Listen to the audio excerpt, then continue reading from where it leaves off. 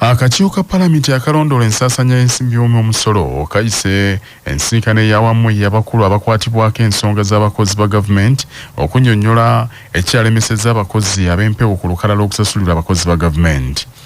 Akakiiko kano kakulemberwa omubaka wa Butambala Mohamed Mwanga Kivumbi kasinzidde mu nsisinkano n'abakulu mu minisitule y'abakozi ba gavumenti nga bakulembeddwamu omuteeseesi omukulu mu minisitule eyo Catherine Bitarakwate okutangaaza ku bakozi ab'empewo abaanokolwayo mu alipoota ya ssaabavuzi b'ebitabo bya gavumenti y'omwaka gw'ebyensimbi 2023-2024. Alipoota eno eraga nti ku lukalala okusasulirwa abakozi kuliko abakozi ab'empewo abasasulwa obuwanana bw'ensimbi nga kwe kuli n'abatalina bisaanyizo bya buyigirize. Bano bali mu bitongole okuli ministry ez'enjawulo, poliisi n'ebitongole ebirala. Ssaabalondoozi w'ebitabo bya gavumenti bwe yabalirira yazuula abakozi abo n'alagira ebitongole ebikwatibwako bibasiimule mangu ku lukalala okusasulira abakozi ekitakolebwanga n'okutuusa kaakano. Bitarakwate omuteesiteesi omukulu mu minisitule eyo bw'ateekeddwa ku nninga annyonnyola ekyalemezaawo abantu abo ku lukalala alemeddwa okuwa ensonga ey'essimba. Where we returned 1,752 employees onto the payroll after they were validated. We noted that during the validation exercise, there were certain minor omissions that were made by these officers, which we asked them to bring forward. And out of the 5,532 who had been deleted, 1,752 who presented valid documents were returned on the payroll and they have been paid. Ono era agambye nti ensonga z'abakozi ab'empewo zaaweerezebwa eri ekitongole kya poliisi ekinoonyereza ku misango kyongera okubanoonyereza kuwabula ababaka beewuunyiza ate okuwulira nti poliisi enoonyereza nayo erimu abakozi bennyini ab'empewo n'abo abatalina bisaanyizo. 15.6 billion of fellows monies that were recruited without qualification, and these are not in doubt.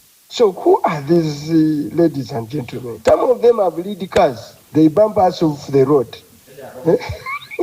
Some of them have lead cars. As we struggle in the jam, these 1 inches need to go very fast to reach desks and do work for government.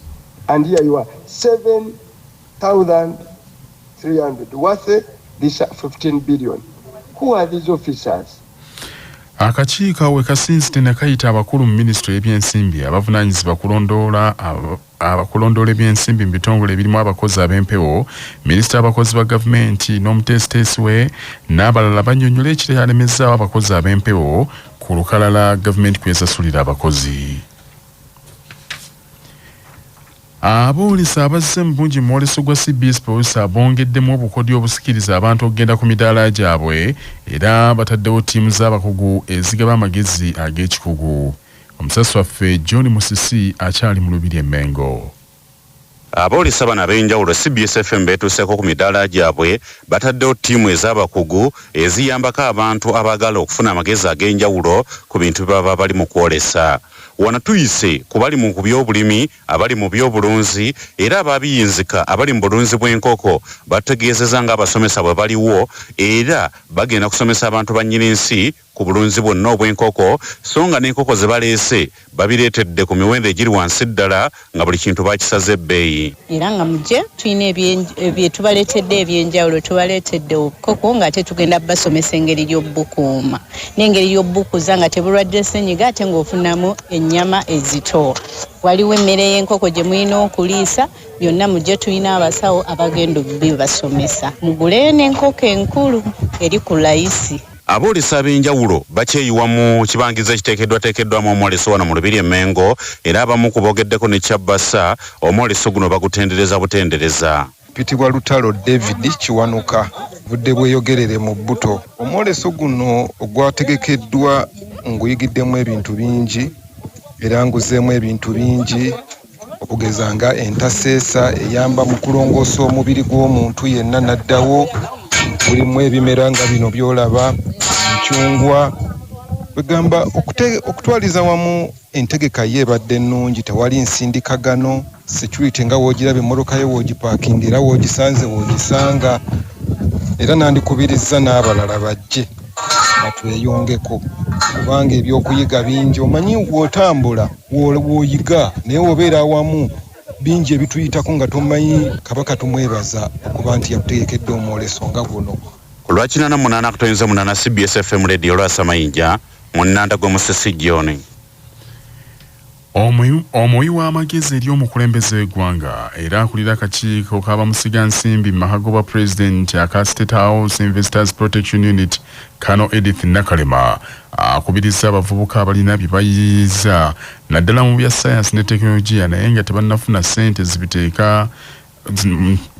ssente ez'okwewandiisa oba n'okubitereka obulungi mu Ministry ya Teknologiya nti bagende bewandiise Ministry ya Science ne Teknologiya ebirowoozo byabwe n'amagezi gaabwe ag'ekikugu gaterekebwe bulungi beewale bannakigwanyizi. Kano Nakalema agambye nti Uganda erina abayiiya bangi nnyo ate nga abasinga baana bato abeetaaga okukwata ku mukono n'okubayamba okukuuma ebyo byonna bye bavumbudde. Bino Kano Nakalema abyogeredde ku kisaawe kya Mefuge Kololo mu lukuŋŋaana lwa sayansi olugenda mu maaso nga lwakulungula wiiki nnamba nga lwakomekerezebwa ku Lwokutaano olwa sabbiiti eno.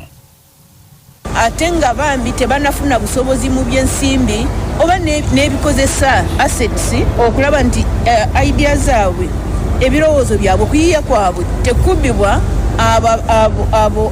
abagaga already oba aba investors bamusiga nsimbi yenna ayina okuyiiya kwe naye ng'afunye okukeerezebwa mu bitongole bya gavumenti adduke mangu ajje ku investors protection oba buli yenna ayina kyakola wealth creator oba ekyongera ku obugaga oba n'abo babasinga esente n'obuyinza okubabba ku ebyo bye bayina. Minisita bya Science ne Technology Dr. Monica Musenera asinzidde Kololo n'ategeeza nti bakozesa minisitule yaabwe okusula ebirowoozo bya science mu ggwanga lyonna. Musenero akasizza nti abavubuka abaneewandiisa mu minisitule eyo bajja kulaba engeri gye bakwatirako okutuukiriza ebirooto byabwe. So one of the first things we have done is to make sure that there is awareness among innovators about their intellectual property. By the time we came in, you find that most of the intellectual property has been damaged because people didn't understand. If you do a research and you have a product, a product which is showing there, and then you write a paper and publish it, you have already surrendered your intellectual property. Manya obuvuno obuddo obw'eddembe lyo tonyigirizibwa ddembe lyo ery'obwebange ddembe lyakukyusibwako baluswata property consultants batunda ettaka ku nguudo zonna eziyingira n'okufuluma ekibuga va mu by'ettaka lyakulukuta ennyumba ya kyama basange ku ofiisi yaabwe ekyengera opposite Orange City essimu 0704 80 1905. Kimenya mateeka omuntu yenna kooti gwerangiridde mu lubu lw'abaavu nkupe okwenyigira mu nteekateeka zonna enkulu mu ggwanga nga munnamateeka Abdallah Kiwanuka bw'annyonnyola. Okujjako nga kooti yezzeemu n'eragira ekintu ekyo ne kikyusibwamu okugeza omuntu yenna gwe balangiridde okubeera ng'ali lukebe oba ng'aweddemu takkirizibwa kwesimba ku kifo kya buvunaanyizibwa kyonna kugeza ng'ekyawa member wa parliament LC5 takkirizibwa na kubeera mu office gye bayita eya public yonna era takkirizibwa kugenda n'asaba mulimu oba n'owa contractinga takkirizibwa na kusemba muntu yenna nti oyo musembye agenda kugulewo bank account bwati ne bwati wadde ye ayina eddembe ery'okubeera n'account mu banka.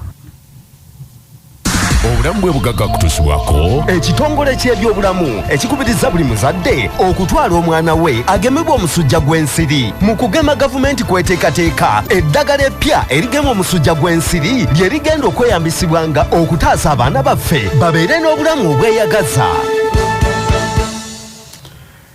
Dr. Yasini Sekidde atunnyonnyola ku nsonda ezikwata mu bitundu by'ekyama n'ekizireeta. Hemorrhoids bubanga busundo nga bukwata wansi kukuba erifuluma naye olw'okuba nti ekifo kino kya nsonyi abantu bangi beekuniza nnyo n'obulwadde buno naye ng'ate bubalumidde ddala ebbanga. Kale gwe muganda wange mpuliriza bw'olabanga obuntu bwefaananyiriza ensundo kukuba oli erifuluma ddukya bunnambiro eri omusawo asobole okubeera ng'akukebera akubuulire obujjanjabi bw'osobola okufuna naddala nga tonnaba kutuuka ku levo yakubeera ng'osalwa. Obulwadde buno giba misuwa egiva munda ekisupplying ekitundu ekyo ekifuluma egibeera nga gifuluma ebweru nga kino kitera kisinga kuva ku muntu okubeera nga akaluubirizibwa buli lwagenda okufuluma oba giyite constipation.